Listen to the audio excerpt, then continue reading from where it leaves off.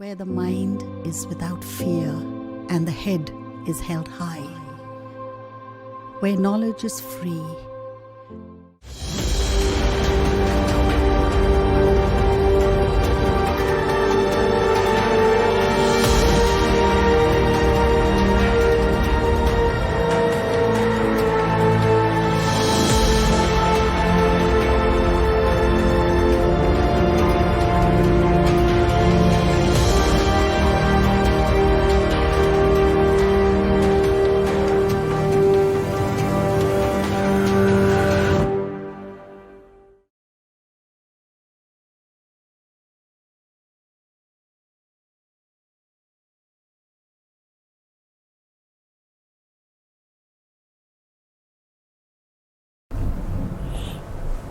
প্রিয় ছাত্রছাত্রী,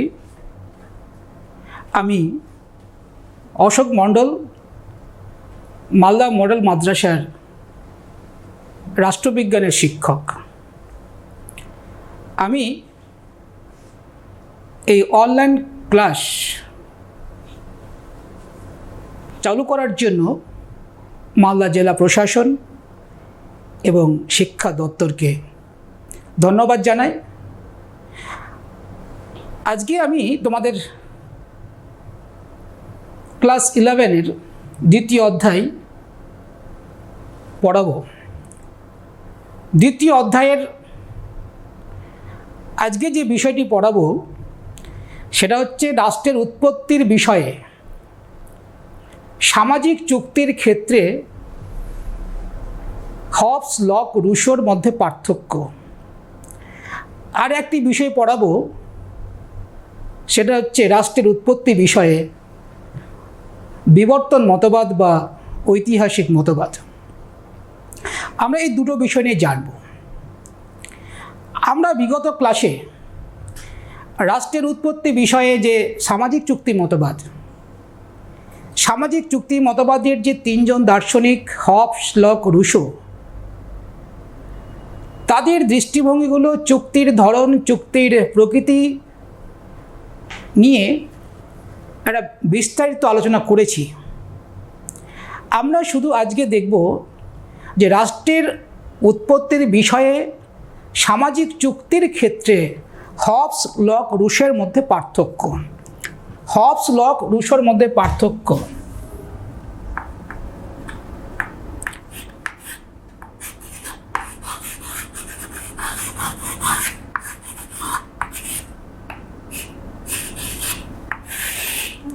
সামাজিক চুক্তির ক্ষেত্রে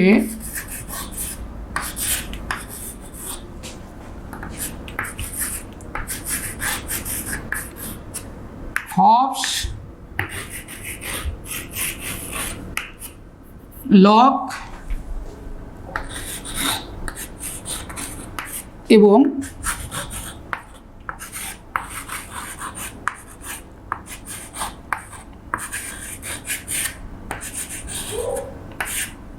রুসোর মধ্যে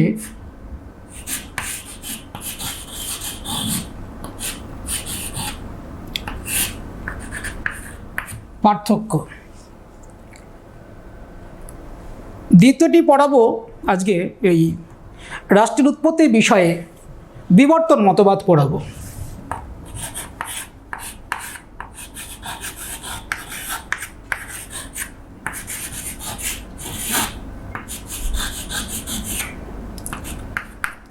এই দুটো বিষয় নিয়ে আজকে আমরা জানবো, দেখব বিষয়টা।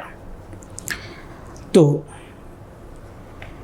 রাষ্ট্রের উৎপত্তির ক্ষেত্রে যে সামাজিক চুক্তি মতবাদের যে তিনজন দার্শনিক সপ্তদশ এবং অষ্টাদশ শতকে যে রাজনৈতিক চিন্তার জগতে আলোড়ন সৃষ্টি করেছিলেন,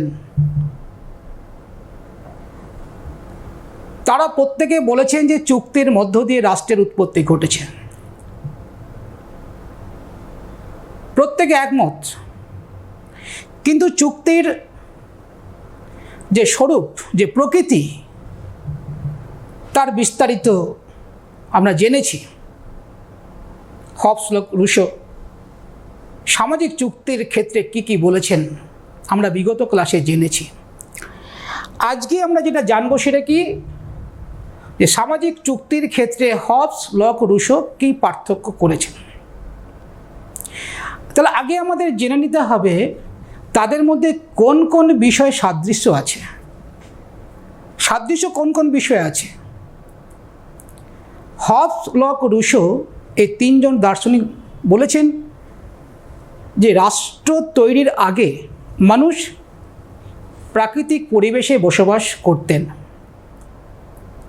2, এই তিনজন দার্শনিক শাসক এবং শাসিতের মধ্যেকার সম্পর্ক নির্ধারণের চেষ্টা করেছেন। এই তিনজন দার্শনিক বলেছেন যে চুক্তির দ্বারা রাষ্ট্র তৈরি হয়েছে। কিন্তু তাদের মধ্যে যে এই সাদৃশ্য দেখলাম তিনটে, তার থেকে বৈসাদৃশ্য বেশি পরিমাণে দেখা যায় বা পরিলক্ষিত হয়। আমরা এখন দেখব যে পার্থক্য কোন কোন বিষয়ে আছে। পার্থক্য আছে, প্রথমে দেখে নিচ্ছি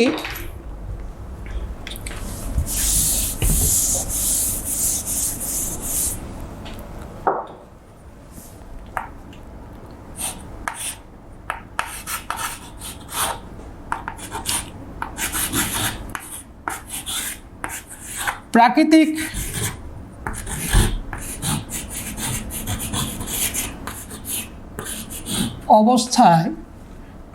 অবস্থায়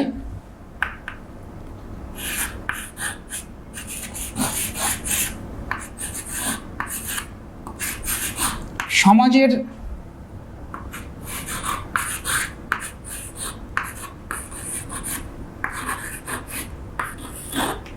চরিত্রগত পার্থক্য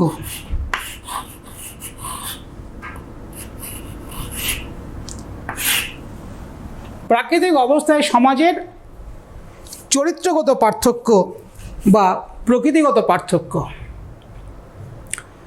হবস, লক, রুসো এরা বলেছেন যে মানুষ রাষ্ট্র সৃষ্টির আগে প্রকৃতির রাজ্যে বসবাস করত। এক্ষেত্রে হবস বলেছেন যে মানুষ রাষ্ট্র সৃষ্টির পূর্বে একটা প্রাক সামাজিক পরিবেশে বসবাস করত। হবস কি বললেন?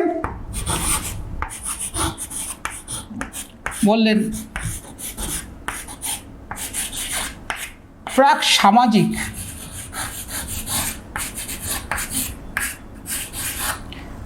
সামাজিক পরিবেশে বসবাস করত, অর্থাৎ সমাজ তৈরি হয়নি।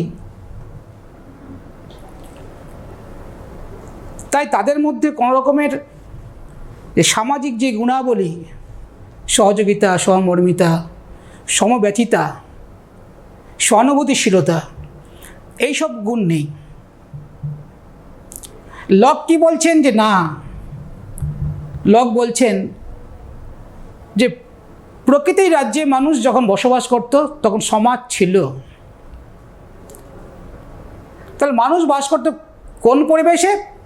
লক বলছেন যে প্রাক সামাজিক, লক বলছেন প্রাক রাজনৈতিক,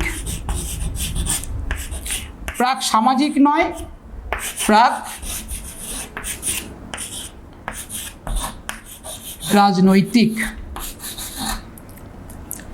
প্রাক রাজনৈতিক পরিবেশে মানুষ বসবাস করত, অর্থাৎ মানুষের মধ্যে কোনো রকমের রাজনৈতিক চেতনা নেই, যার ফলে তাদের মধ্যে রাষ্ট্র, সরকার কি এরকম চেতনার আবির্ভাব ঘটতে পারে না।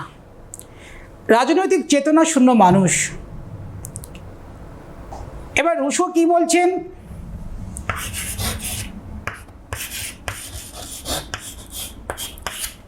রুসো বলছেন কি যে মানুষ প্রাকৃতিক রাজ্যে স্বাধীনভাবে বসবাস করত। প্রত্যেকের মধ্যে সাম্য বিরাজ করত। সমাজ ছিল স্বাধীনতা ও সাম্যের একটা প্রতীক। তা আমরা কি দেখলাম?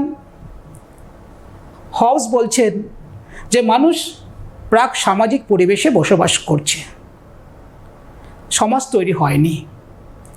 সমাজের চরিত্র, সমাজ নেই। লক বলছেন না, প্রাক সামাজিক নয়, মানুষ বসবাস করত রাষ্ট্র সৃষ্টির পূর্বে প্রাক রাজনৈতিক অবস্থায়, অর্থাৎ সমাজ আছে,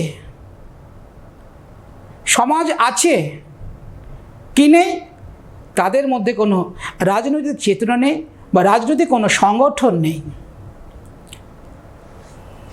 রুশো বলছেন কি, প্রাকৃতিক অবস্থায় মানুষ একটা স্বাধীন সমাজে বসবাস করছে, মানুষের মধ্যে সাম্য বিরাজমান।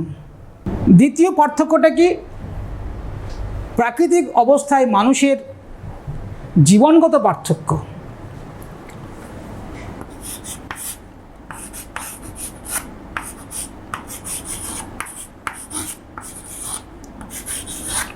প্রাকৃতিক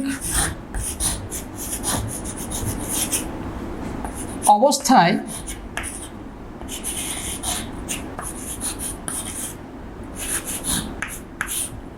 মনুষ্য জীবনগত পার্থক্য।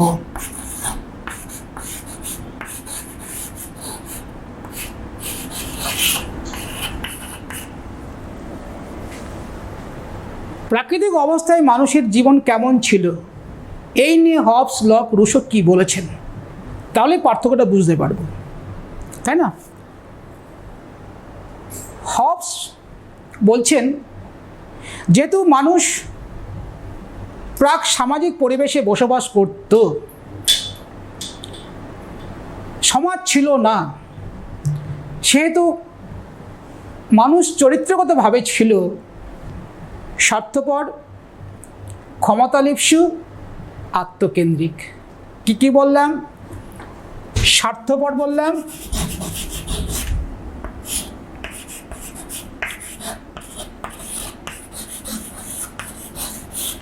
আত্মকেন্দ্রিক,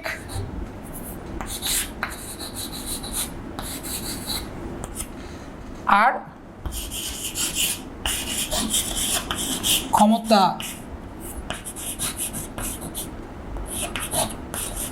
ক্ষমতালিপ্সু। স্বার্থপর, আত্মকেন্দ্রিক আর ক্ষমতালিপ্সু। প্রাকৃতিক অবস্থায় মানুষের জীবন ছিল স্বার্থপর, আত্মকেন্দ্রিক, ক্ষমতালিপ্সু। কে বললেন? হবস। কেন?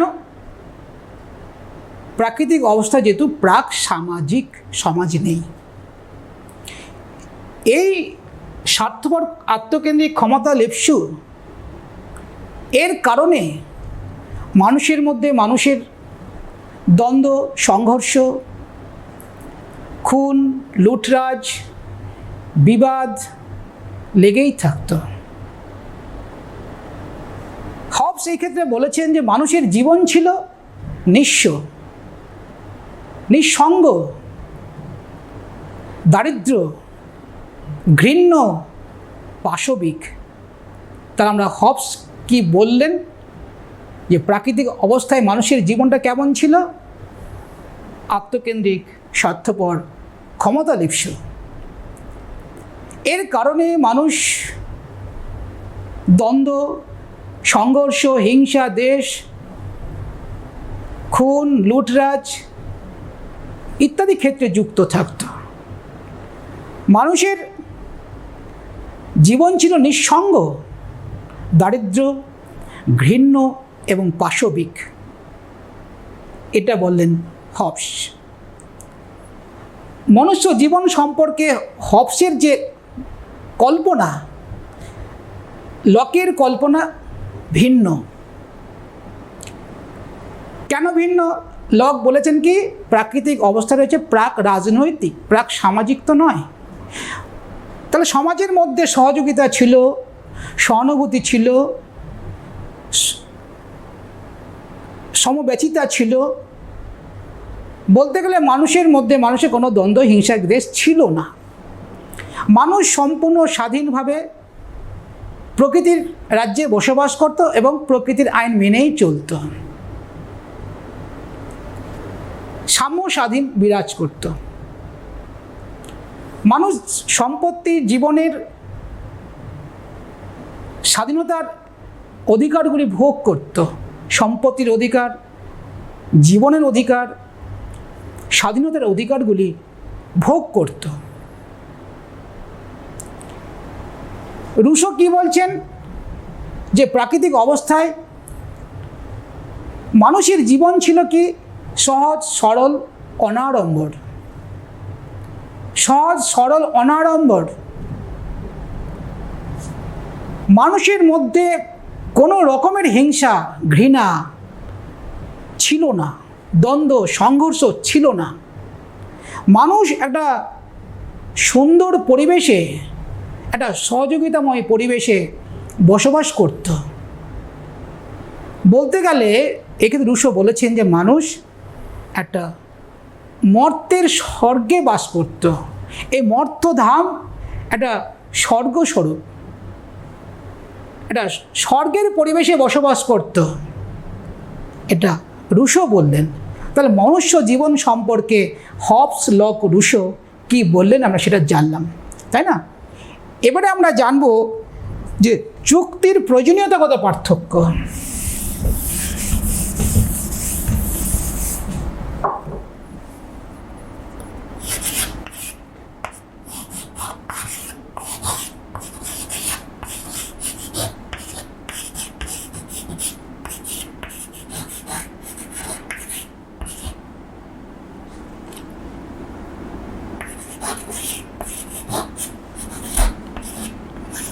চুক্তির প্রয়োজনীয়তা মতো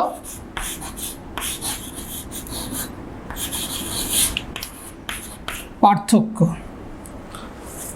চুক্তি কেন হলো, কেন প্রয়োজন পড়ল, এই নিয়ে হবস, লক, রুশো কি বলেছেন, যে চুক্তির প্রয়োজনটা কি,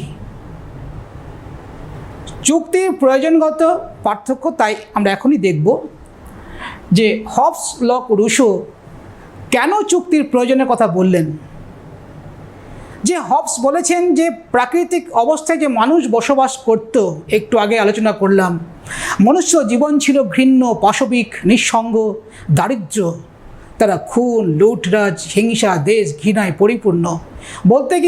বলতে গেলে আমরা বলতে পারি যে মানুষের জীবন ছিল একটা দুর্বিষহ, একটা অরাজক পরিবেশে মানুষ বসবাস করত। এই দুর্বিষহ জীবন থেকে, অরাজক পরিবেশ থেকে মানুষ মুক্তির জন্য চুক্তি করে রাষ্ট্র তৈরি করেছে। তাহলে চুক্তির প্রয়োজন দেখলাম হবসের মতে। এবার লক কি বলছেন, লক তো বললেন যে মানুষ প্রাক সামাজিক নয়, প্রাক রাজনৈতিক পরিবেশে বসবাস করছেন। মানুষ অর্থাৎ সমাজ আছে, রাজনৈতিক চেতনা নেই বা সংগঠন নেই। এই অবস্থায় মানুষ প্রকৃতির আইন মেনে চলতেন। তাহলে চুক্তির দরকার হলো কেন? লক বলছেন মানুষ যে প্রাকৃতিক পরিবেশে প্রকৃতির আইন মেনে যে চলতেন, সেই প্রকৃতির আইনের কোনো সুস্পষ্ট ব্যাখ্যা ছিল না, বা প্রকৃতির আইনকে বলবৎ করার জন্য বা তাকে ব্যাখ্যা করার জন্য কোনো প্রতিষ্ঠান ছিল না। তাই মানুষের জীবনটা আস্তে আস্তে ক্রমে দুর্বিষহ হয়ে উঠল। এই দুর্বিষহ পরিবেশ থেকে মুক্তির জন্য মানুষ চুক্তি করে রাষ্ট্রের জন্ম দিয়েছে। চুক্তি করে রাষ্ট্রের জন্ম দিয়েছে। রুশো, লক বললেন। রুশো কি বললেন? একটু আগেই দেখলাম যে প্রাকৃতিক অবস্থায় মনুষ্য জীবনগত যে পার্থক্য, রুশো কি বলেছিলেন, যে মানুষ একটা প্রকৃতির রাজ্যে মর্ত্যের স্বর্গে বসবাস করছে। তাহলে কি এমন হলো যে আবার চুক্তি করতে হলো?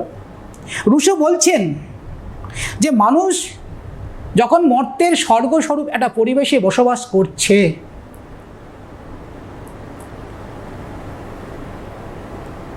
কিন্তু যখন ব্যক্তিগত সম্পত্তির উদ্ভব হলো, জনসংখ্যার বৃদ্ধি ঘটলো, জনসংখ্যা উত্তরোত্তর বৃদ্ধি পেতে থাকলো, ব্যক্তিগত সম্পত্তির উদ্ভব হলো, তখন সমাজটা দুর্বিষহ হয়ে উঠল। তখন সমাজে আবার দেখা দিল অরাজকতা। যেখানে মর্ত্যের স্বর্গে মানুষ বসবাস করত, জনবিস্ফোরণের কারণে, জনসংখ্যা বৃদ্ধির কারণে, ব্যক্তিগত সম্পত্তির উদ্ভবের কারণে শোষণ নির্যাতন বেড়ে গেল। সেই মর্ত্যের স্বর্গে নরক নেমে এলো। মর্ত্যের স্বর্গের যে পরিবেশ, সেই পরিবেশটি নরকে পরিণত হলো। এই নরক যন্ত্রণা থেকে মুক্তির জন্য রুশো বললেন যে মানুষ রাষ্ট্রের জন্ম দিয়েছে। তাহলে আমরা দেখলাম কি চুক্তির প্রয়োজনগত পার্থক্য। হবস, লক, রুশো বললেন চুক্তির কেন প্রয়োজন হয়েছিল, আমরা সেটা জানলাম। এরপরে আমরা জানব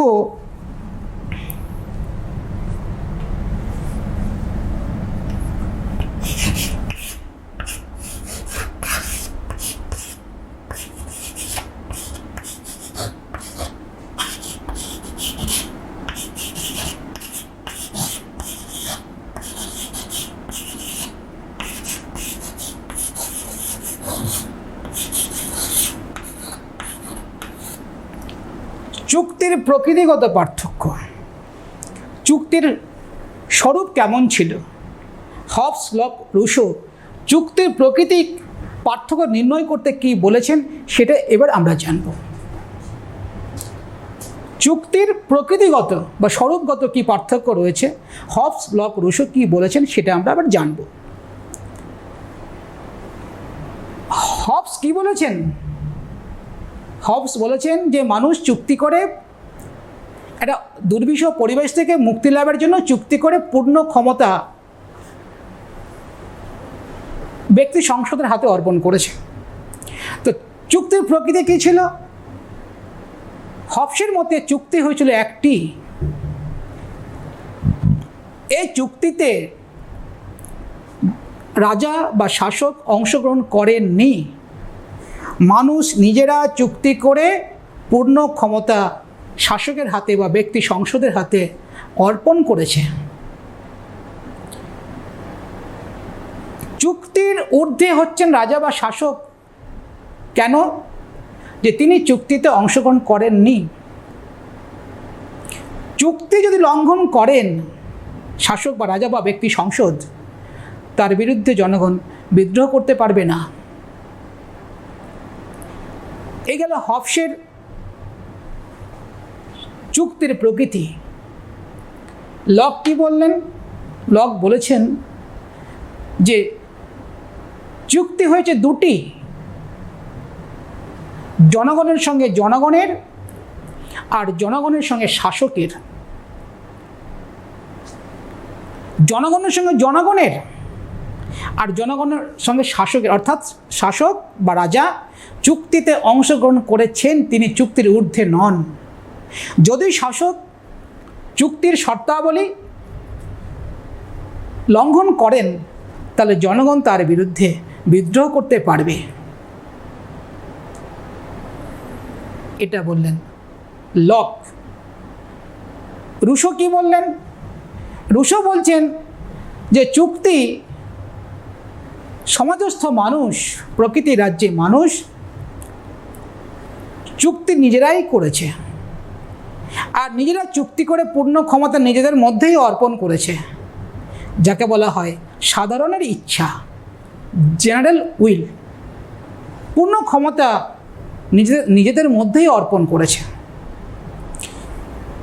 এই গেল চুক্তির প্রকৃতিগত পার্থক্য। এবার আমরা দেখব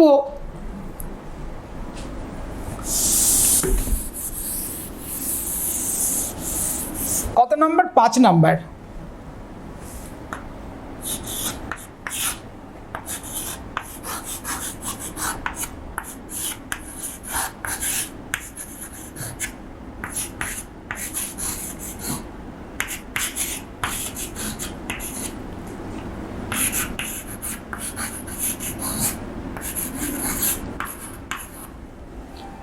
সার্বভৌম বিষয়ে পার্থক্য। সার্বভৌম মানে আমি এর আগে অনেকবার বলেছি যে অসীম চূড়ান্ত ক্ষমতার অধিকারী।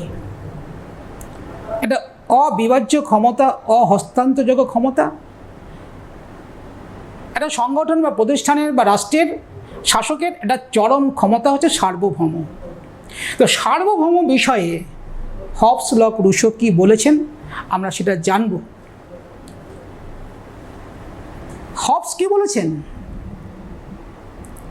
হবস বলেছেন, যেহেতু প্রকৃতি রাজ্যের মানুষ দুর্বিষহ পরিবেশ থেকে মুক্তির জন্য চুক্তি করে পূর্ণ ক্ষমতা অর্পণ করেছেন কোনো একজন ব্যক্তি বা ব্যক্তি সংসদ কিংবা শাসকের বা রাজার কাছে, রাজা যেহেতু চুক্তিতে অংশগ্রহণ করেননি, সেহেতু রাজা বা শাসক বা ব্যক্তি সংসদ তিনি যে আইন তৈরি করবেন তা জনগণ মানতে বাধ্য। তার আদেশই আইন। রাজা বা শাসকের আদেশই হচ্ছে আইন। অর্থাৎ এক্ষেত্রে তিনি সার্বভৌম ক্ষমতার অধিকারী। কেন? আবার চুক্তি তো একটা হয়েছিল, জনগণের সঙ্গে জনগণের চুক্তি হয়েছে, জনগণের সাথে তো রাজা বা শাসক চুক্তিতে অংশগ্রহণ করেননি। অর্থাৎ জনগণ তো তার বিরুদ্ধে বিদ্রোহ করতে পারবে না। তার এক্ষেত্রে রাজা সার্বভৌম ক্ষমতার অধিকারী বা শাসক বা ব্যক্তি সংসদ চূড়ান্ত অসীম মৌলিক ক্ষমতার অধিকারী। লকের মতে কি? লক বলছেন যে প্রকৃতি রাজ্য যখন বিশৃঙ্খলা হলো তখন চুক্তি করে মানুষ ক্ষমতা অর্পণ করেছে রাজা বা শাসকের হাতে। লকের মতে চুক্তি কিন্তু হয়েছিল দুটি, আমি একটু আগে আলোচনা করলাম যে জনগণের সাথে জনগণের এবং জনগণের সাথে শাসকের। জনগণের সঙ্গে জনগণের প্রথম চুক্তি, দ্বিতীয় হচ্ছে জনগণের সঙ্গে শাসকের। অর্থাৎ এই ক্ষেত্রে রাজা বা শাসক চুক্তির ঊর্ধ্বে নয়। কেন? যেহেতু রাজা বা শাসক চুক্তিতে অংশগ্রহণ করেছেন, সেহেতু তিনি চুক্তি লঙ্ঘন করতে পারেন না। তিনি যদি চুক্তি লঙ্ঘন করেন তাহলে তার বিরুদ্ধে জনগণ বিদ্রোহ করতে পারবে এবং তাকে ক্ষমতাচ্যুত করতেও পারবে। তার বিরুদ্ধে সভা সমিতি মিছিল মিটিং করে তাকে ক্ষমতাচ্যুত করতে পারবে। তাহলে এই ক্ষেত্রে লকের মতে শাসক হচ্ছেন একটা সীমিত সার্বভৌম, মানে চূড়ান্ত ক্ষমতা অধিকারী নন।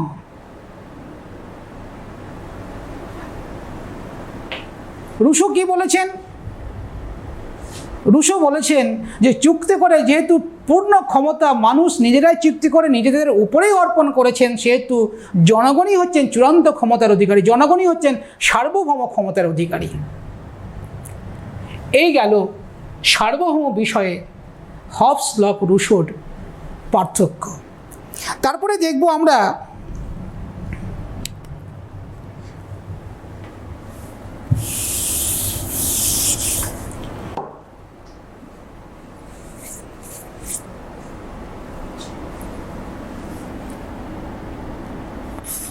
ছয় নম্বর, সার্বভৌম ক্ষমতার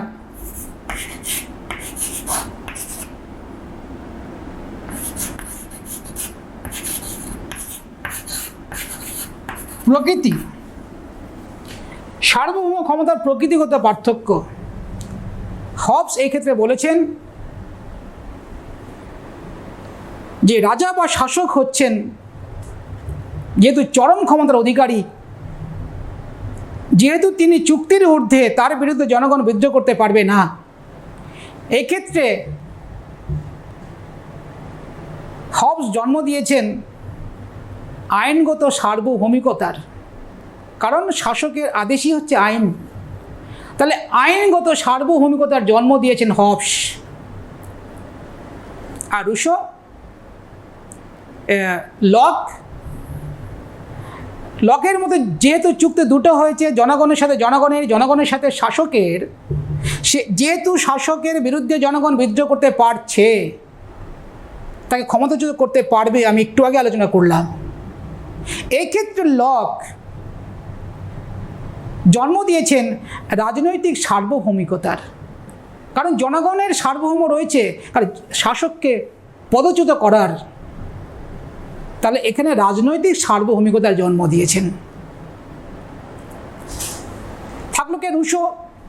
রুশো বলছেন যেহেতু পূর্ণ ক্ষমতা সাধারণের ইচ্ছার কাছে অর্পণ করা হয়েছে, এক্ষেত্রে রুশো জনগণের সার্বভৌমিকতার জন্ম দিয়েছেন।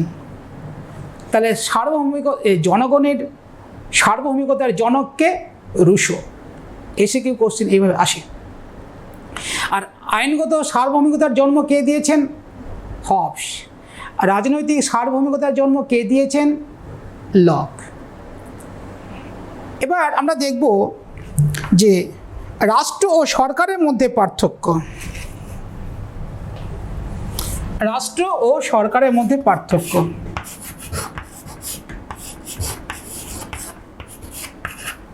রাষ্ট্র ও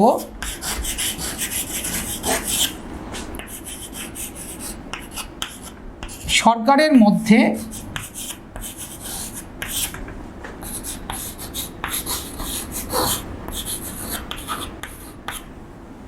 ঠিক আছে, রাষ্ট্র ও সরকারের মধ্যে পার্থক্য।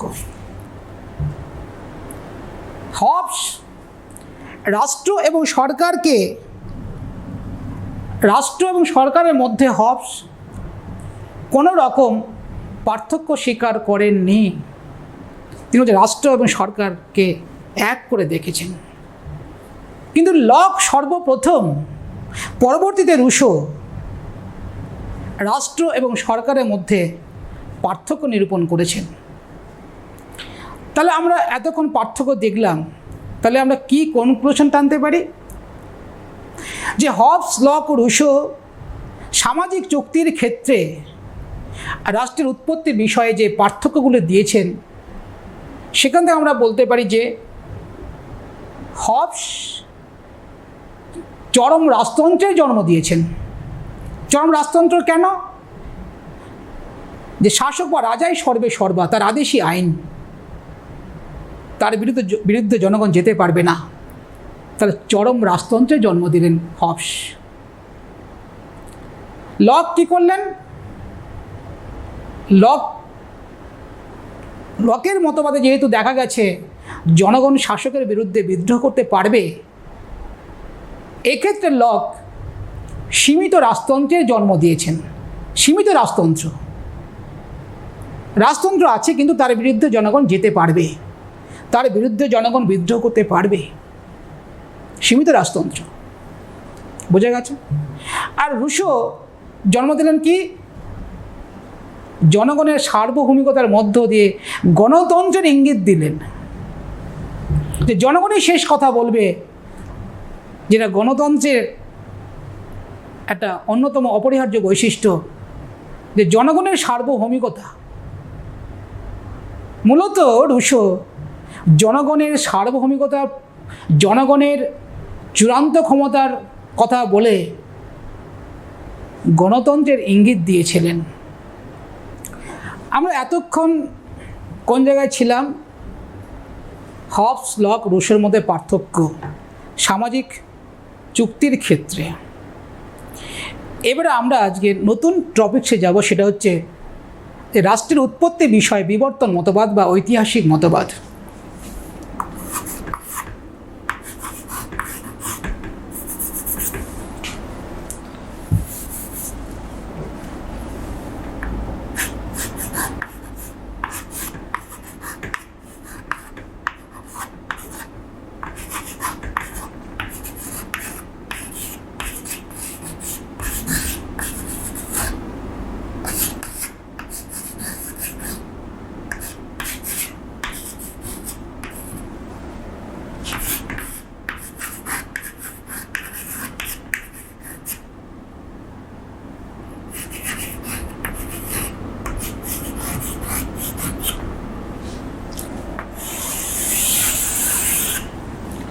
রাষ্ট্রের উৎপত্তি বিষয়ে বিবর্তন মতবাদ বা ঐতিহাসিক মতবাদ।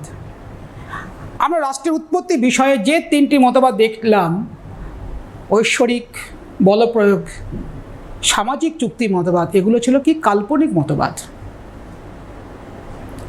কল্পনার উপর দাঁড়িয়ে রাষ্ট্রের কল্পনা করেছেন, ব্যাখ্যা বিশ্লেষণ করেছেন, আমরা দেখলাম এতদিন।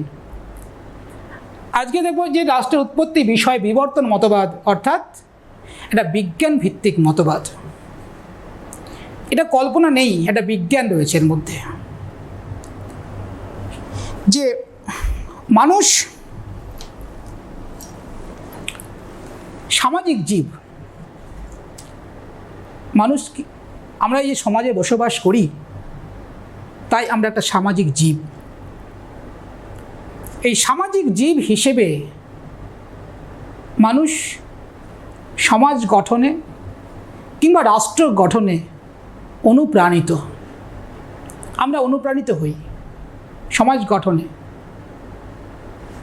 তো মানুষ সামাজিক জীব হিসেবে রাষ্ট্র গঠনে অনুপ্রাণিত হয়েছে।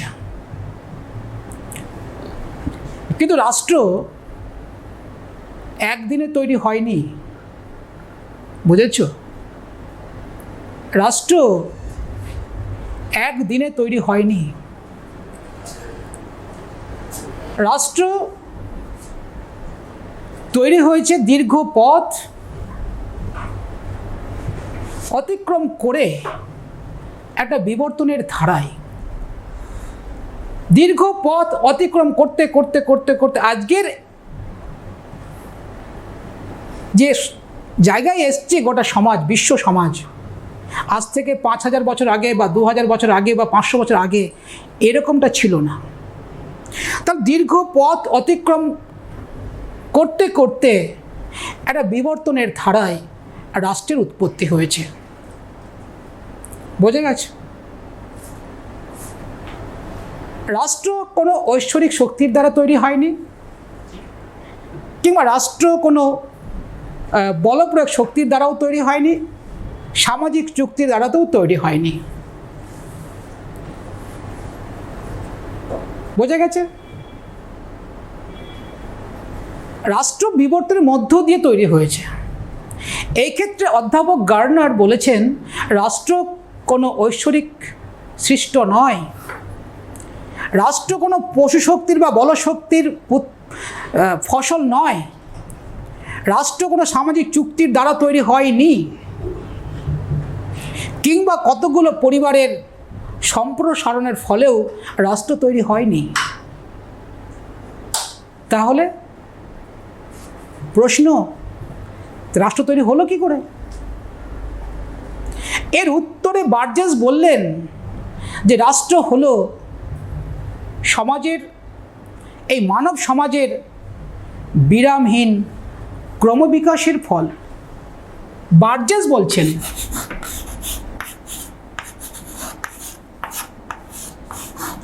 বার্জেস কি বলছেন? বার্জেস বলেছেন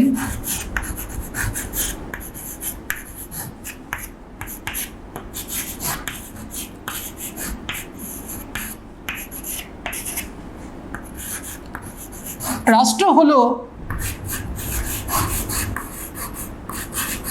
মানব সমাজের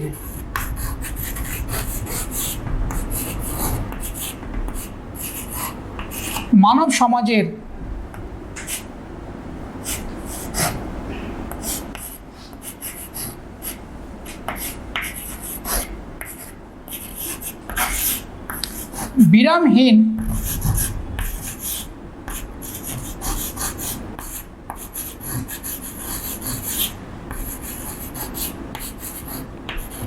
ক্রমবিকাশের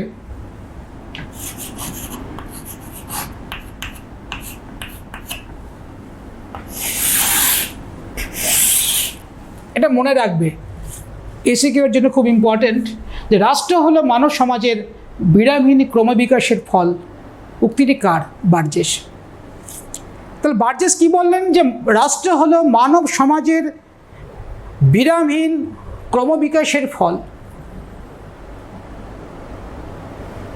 ক্রমবিকাশ কার? ক্রমবিকাশ মানব সমাজের ক্রমবিকাশ। ক্রমবিকাশটা কীরূপ না বিরামহীন, ছেদহীন, কোনো ছেদ থাকবে না, একেবারে কন্টিনিউ।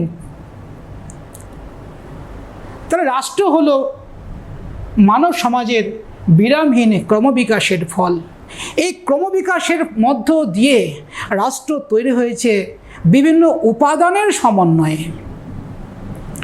সমাজ, এই যে মানব সমাজের যে বিবর্তন, মানব সমাজের যে বিবর্তন, এই বিবর্তনের ফলে যে রাষ্ট্রের উৎপত্তি হয়েছে, বিবর্তন মতবাদীরা মনে করেন, তারা বলেছেন এই বিবর্তনের মধ্যে বিভিন্ন উপাদানের সমন্বয় রয়েছে।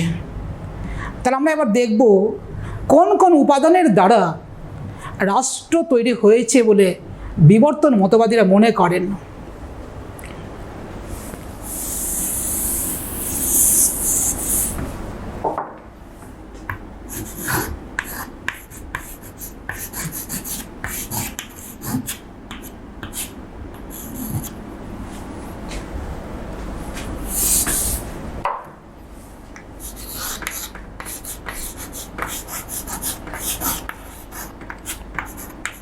উপাদান, প্রথম উপাদানে দেখে নিই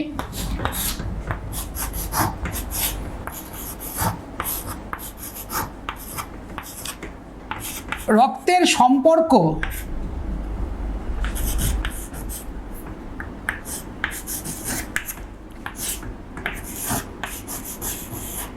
বা আত্মীয়তা।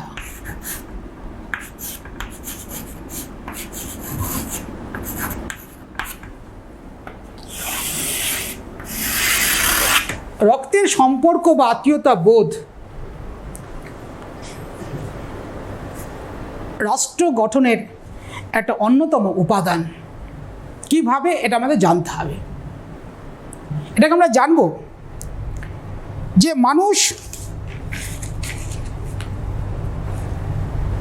সামাজিক জীব, তাই তো? আমরা সমাজে বসবাস করি। তো সামাজিক জীব হিসেবে মানুষের একটা জৈবিক প্রবৃত্তি রয়েছে, যে জৈবিক প্রবৃত্তির কারণে নারী পুরুষের বৈবাহিক সম্পর্কের মধ্য দিয়ে একটা পরিবার গঠিত হয়। অর্থাৎ পরিবার হচ্ছে সমাজের একটা প্রাচীনতম প্রতিষ্ঠান। এই যে পরিবার,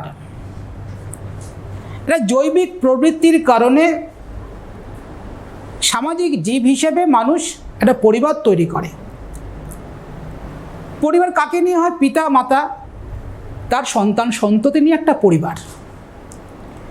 পরিবারের বয়োজ্যেষ্ঠ যিনি ব্যক্তি, কর্তা বা কর্ত্রী, তিনি পরিবারের শৃঙ্খলা রক্ষা করেন এবং পরিবারের মধ্যে ঐক্য সংহতি রক্ষা করেন এবং গৃহকর্তার যিনি বয়োজ্যেষ্ঠ ব্যক্তি,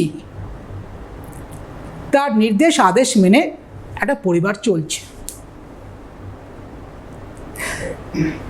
কিন্তু পরিবারের সংখ্যা বৃদ্ধি পেতে থাকে।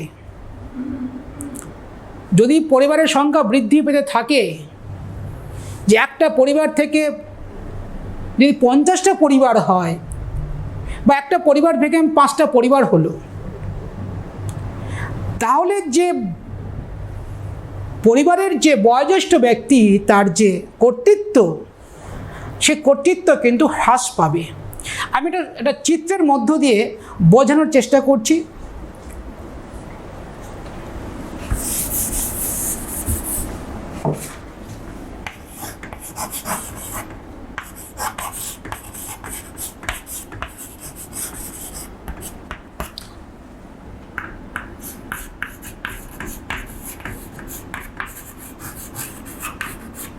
পিতা মাতা, তার 4জন সন্তান সন্ততি, 1 2 3 4। এই পিতামাতার মধ্যে এই পরিবারের যে সদস্য 1 2 3 4 5 6, এই 6জন সদস্যের যিনি বয়োজ্যেষ্ঠ, তিনি এই পরিবারের মধ্যে শৃঙ্খলা সংহতি ঐক্য রক্ষা করছেন এবং পরিবারের বয়োজ্যেষ্ঠ ব্যক্তির নির্দেশ মেনে চলছেন। কিন্তু এই পরিবার থেকে যখন আরও 4টা পরিবার হলো, এটা থেকে যখন আরও 3টা পরিবার হলো, এটা থেকে যখন আরও 5টা পরিবার হলো, এটা থেকে যখন আরও 6টা পরিবার হলো, তাহলে কতগুলো পরিবার হলো? পিতামাতা থেকে 4টা পরিবার, এই 4টা পরিবার থেকে আবার এটার থেকে 4টা পরিবার, এখান থেকে 3টে পরিবার, এখান থেকে 5টা পরিবার, আবার এখান থেকে 6টা পরিবার তৈরি হয়েছে বিবর্তনের ফলে। এর মধ্যে যে পরিবারের সদস্য, এখানে যিনি বয়োজ্যেষ্ঠ ব্যক্তি, তিনি এই পরিবারের উপরে নিয়ম সংহতি রক্ষা করছেন, নিয়ম ফলাচ্ছেন, আদেশ নির্দেশ দিচ্ছেন। কিন্তু এত বড় পরিবার তখন এত বড় পরিবার, তো গৃহকর্তার কর্তৃত্ব কিন্তু হ্রাস পেতে থাকে। এই গৃহকর্তার কর্তৃত্ব এত দূর অবধি ঠিক ছিল, যদি একান্নবর্তী পরিবারও হয়, এই অবধিও যদি ঠিক থাকে, এদের পরিবার যখন ভেঙে ভেঙে আবার নতুন নতুন পরিবার হবে, এখান থেকে আরও 2টা 4টা পরিবার হতে থাকে, এখান থেকে আরও পরিবার হচ্ছে, এখান থেকে আরও পরিবার হচ্ছে, এখান থেকে আরও পরিবার হচ্ছে, এখান থেকেও পরিবার বেরোচ্ছে, এখান থেকেও, তখন কি হয়, গৃহকর্তার আর কর্তৃত্ব থাকে না, শিথিল হয়ে যায়। তাহলে সেই জায়গায় কি দেখা দেবে? এটা পরিবারের সদস্য, তো এদের মধ্যে একটা রক্তের সম্পর্ক থাকে। এই রক্তের সম্পর্কের কারণে এদের মধ্যে একটা আত্মীয়তা বোধ তৈরি হয়, কারণ এরা একই বংশের, এদের মধ্যে ব্লাড অফ রিলেশন রয়েছে, রক্তের সম্পর্ক রয়েছে। গৃহকর্তার কর্তৃত্ব খর্ব হয়েছে, এটা ঠিক, কিন্তু এদের মধ্যে একটা রক্তের সম্পর্ক তৈরির মধ্য দিয়ে একটা আত্মীয়তা বোধ, যাকে আমরা গ্রাম্য ভাষায় বলি গোত্রিত্ব, যে এত বড় একটা গোত্রিত্ব, রক্তের সম্পর্কের মধ্য দিয়ে কি দেখলাম? আত্মীয়তা বোধ।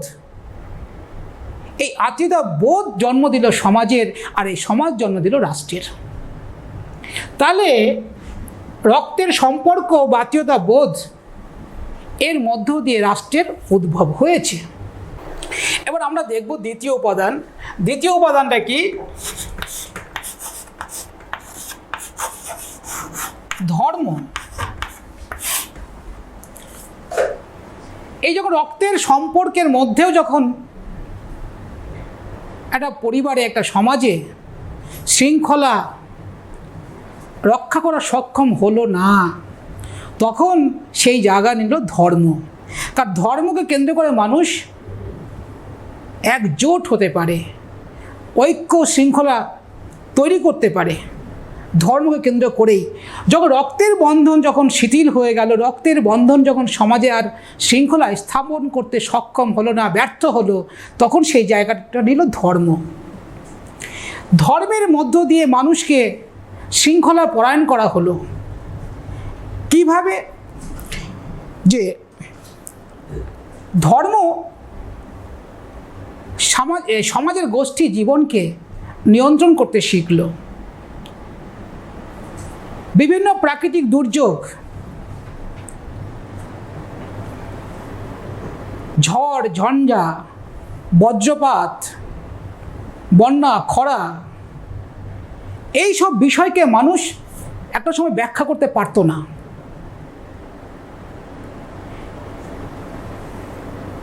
দিনের পর দিন ঝড় লেগে থাকতো, বৃষ্টি লেগে থাকতো, মানুষ তখন এটাকে ব্যাখ্যা করতে পারতো না। এখনকার দিনে যেমন ব্যাখ্যা করতে পারছে, যে কখন আইলা আসবে, কখন বুলবুল আসবে, বা কখন আমফান আসবে, এখন যেমন বলতে পারছে বিজ্ঞানের অগ্রগতি ঘটার ফলে।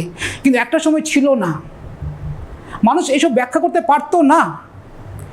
এই নৈসর্গিক শক্তিকে মানুষ কি করত? শ্রদ্ধা করত। কীরকম শ্রদ্ধা? একটা শ্রদ্ধামূলক ভয় করত। কীরকম ভয়? শ্রদ্ধামূলক ভয় করত নৈসর্গিক শক্তিকে। এই জায়গায়, এরকম একটা জায়গায় একটা বুদ্ধিমান মানুষ যারা পুরোহিত সম্প্রদায় এই জায়গাটাকে দখল করলো। কিভাবে? যে তারা প্রচার করতে থাকলেন এই যে সমস্ত প্রাকৃতিক দুর্যোগ ঘটছে, খরা, বন্যা, বজ্রপাত, ঝড়, বৃষ্টি, ঝঞ্ঝা, এর কারণ হচ্ছে যে দেব দেবী রুষ্ট হয়ে গেছে এবং দেবদেবীকে কীভাবে শান্ত করা যায় এই কৌশলটা তাদের জানা আছে, এটাও তারা প্রচার করতে সক্ষম হলো। এর ফলে ধর্মীয় যাগযজ্ঞাদির আবির্ভাব ঘটল। ধর্মের কারণে মানুষ ঐক্যবদ্ধ হলো, পুরোহিত সম্প্রদায়ের কথা এরা মেনে চলতে শুরু করলো। পুরোহিত সম্প্রদায় যে আদেশ নির্দেশ দেন মানুষ সেটা মান্য করতে থাকে এবং পুরোহিতদের প্রতি আনুগত্য স্বীকার করে। আমরা দেখেছি প্রাচীন, যদি আমরা ইতিহাস যাই, ঋগ বৈদিক যুগ এবং পরবর্তী বৈদিক যুগ যদি আমরা দেখি, সেখানে পুরোহিততন্ত্র ছিল। পুরোহিতরা শাসক তৈরি করত, কিন্তু এরা ক্ষমতায় যেত না, কিন্তু ক্ষমতাকে চালনা করত। এই পুরোহিত সম্প্রদায় এই ধর্মীয় ব্যাখ্যার মধ্য দিয়ে মানুষকে শৃঙ্খলা পরায়ণ করতে শিখলো, মানে শৃঙ্খলা পরায়ণ হতে সাহায্য করলো। এই ধর্মকে কেন্দ্র করেই মানুষ ঐক্যবদ্ধ হলো, এর মধ্য দিয়েই একটা রাষ্ট্র তৈরি হয়েছে বলে মনে করেন। এরপরে আমরা দেখব যে যুদ্ধ বিগ্রহ।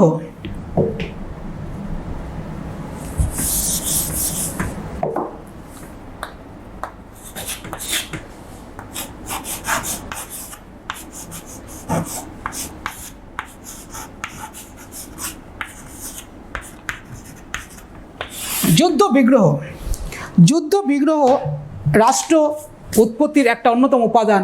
বিবর্তনবাদীরা মনে করেন যে মানুষ গুহা জীবনযাপন করত একটা সময়, যা আহরণ করত সবাই মিলে ভাগ করে খেত, একটা সাম্যের জীবন ছিল। কিন্তু যখন এরা যাযাবর জীবন বা ভ্রাম্যমান জীবনটাকে বর্জন করে একজন দলপতির নেতৃত্বে নির্দিষ্ট ভূখণ্ডে বসবাস করতে শুরু করলো, তখন সৃষ্টি হলো ব্যক্তিগত সম্পত্তির সৃষ্টি হলো। এই ব্যক্তিগত সম্পত্তির সৃষ্টি হওয়ার ফলে বিভিন্ন উপজাতিদের, বিভিন্ন গোষ্ঠী, বিভিন্ন উপজাতিদের মধ্যে একটা সংঘর্ষ লেগে থাকতো। তখন এরা আশ্রয় নিত একটা যুদ্ধ নায়কের। এই যুদ্ধ নায়করা শুধু যুদ্ধ বিগ্রহ করতো তা নয়, বিভিন্ন উপজাতিদের মধ্যে যে সংঘর্ষ লেগে থাকতো সেই সংঘর্ষটাকে মীমাংসা করত। এই যুদ্ধ নায়কই প্রথমে পরবর্তীতে একটা রাষ্ট্রনায়কের রূপ ধারণ করলো বা রাষ্ট্রনায়কের স্বীকৃতি পেল। এইভাবে বলছেন যে যুদ্ধ বিগ্রহের মধ্য দিয়েও একটা রাষ্ট্রের উৎপত্তি হয়েছে। এরপরে আমরা দেখব কি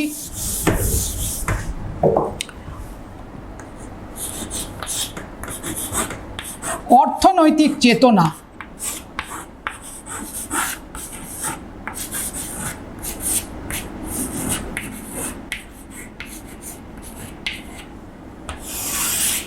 এই অর্থনৈতিক চেতনা রাষ্ট্র গঠনের একটা অন্যতম উপাদান বলে মনে করেন বিবর্তনবাদীরা। যে মানুষ যখন যাযাবর ছিল, বিভিন্ন জায়গায় ঘুরে বেড়াতো, গুহাকেন্দ্রিক জীবনযাপন ছিল, কিন্তু সেগুলো যখন বর্জন করে মানুষ যখন পশুচারণ করতে শিখল, এই পশুচারণকে কেন্দ্র করে মানুষের মধ্যে ব্যক্তিগত সম্পত্তির উদ্ভব হলো। এই ব্যক্তিগত সম্পত্তির উদ্ভবের ফলে মানুষের মধ্যে দেখা দিল কি চৌর্যবৃত্তি, অসাধুতা, সমাজ আবার বিশৃঙ্খল হয়ে পড়ল। তখন ওই মানুষগুলো বুঝতে পারলো, বিভিন্ন উপজাতি বুঝতে পারলো যে সম্পদের উৎপাদন বন্টন যদি সঠিকভাবে না হয় তাহলে বিশৃঙ্খলা কখনো যাবে না সমাজ থেকে। তখন তারা অর্থনৈতিক চেতনার মধ্য দিয়ে তারা উৎপাদন বন্টন ব্যবস্থাকে সুসংগঠিত করার জন্য একটা সুসংগঠিত সমাজের জন্ম দিল। যে উৎপাদন বন্টন ব্যবস্থা যাতে সুসংগঠিতভাবে পরিচালিত হয় সেজন্য তারা জন্ম দিল কি সুসংগঠিত সমাজের। এই সুসংগঠিত সমাজ তখন জন্ম দিল রাষ্ট্রের। এই ক্ষেত্রে গেটেল বলেছেন যে আদিম মানুষের যে অর্থনৈতিক কার্যকলাপ, এই অর্থনৈতিক কার্যকলাপ জন্ম দিয়েছে রাষ্ট্রের, গেটেল বলেছেন। এরপরে আমরা দেখব কি, যে রাজনৈতিক চেতনা।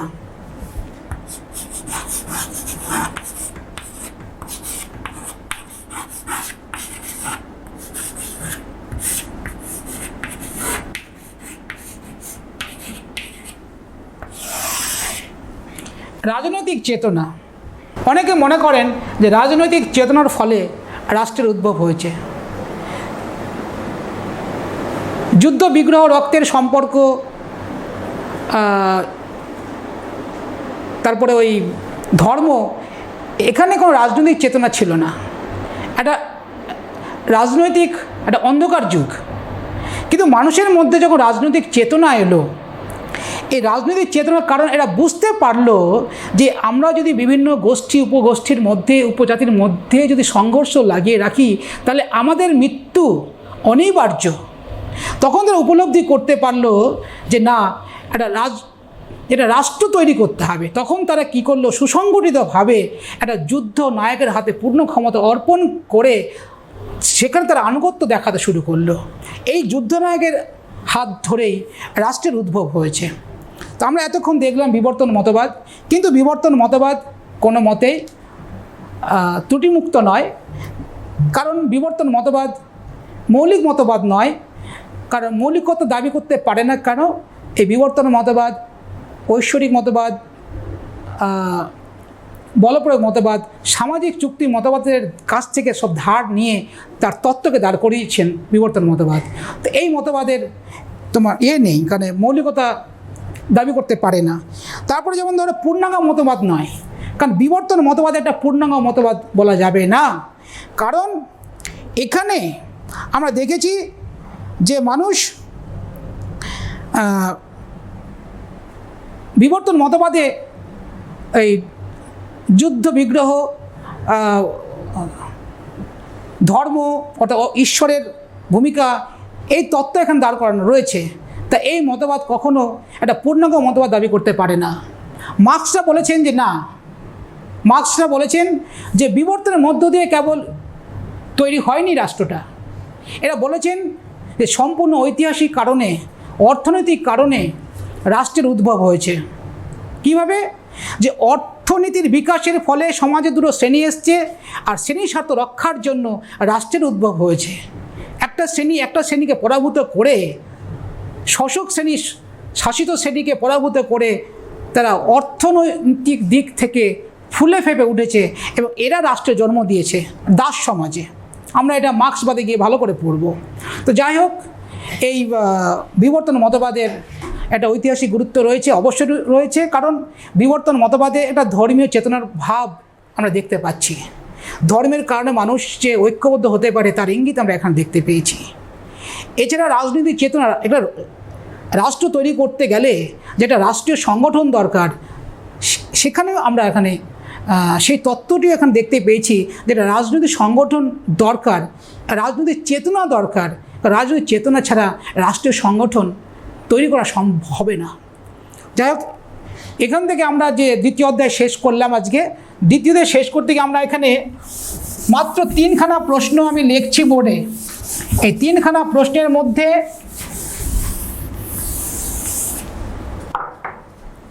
দুটো আসবে, কিন্তু লিখতে হবে একটা। 1 নাম্বার তোমার লিখে নাও, রাষ্ট্র কাকে বলে?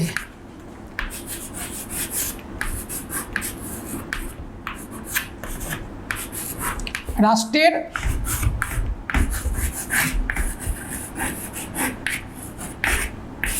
বৈশিষ্ট্য, রাষ্ট্রের বৈশিষ্ট্যগুলি আলোচনা করো বা উপাদানগুলি আলোচনা করো। 2,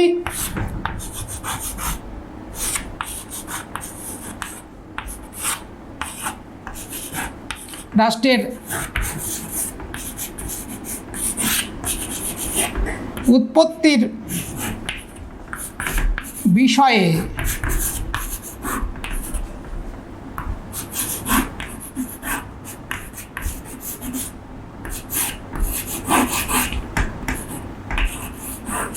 বলপ্রয়োগ মতবাদ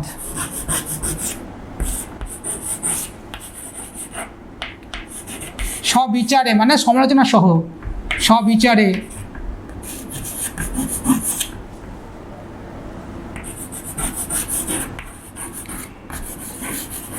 আলোচনা করো।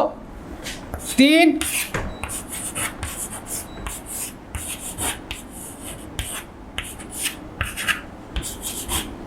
রাষ্ট্রের উৎপত্তির বিষয়ে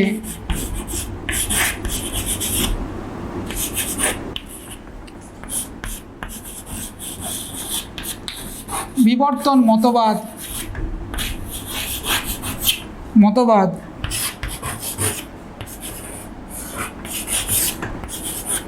সবিচারে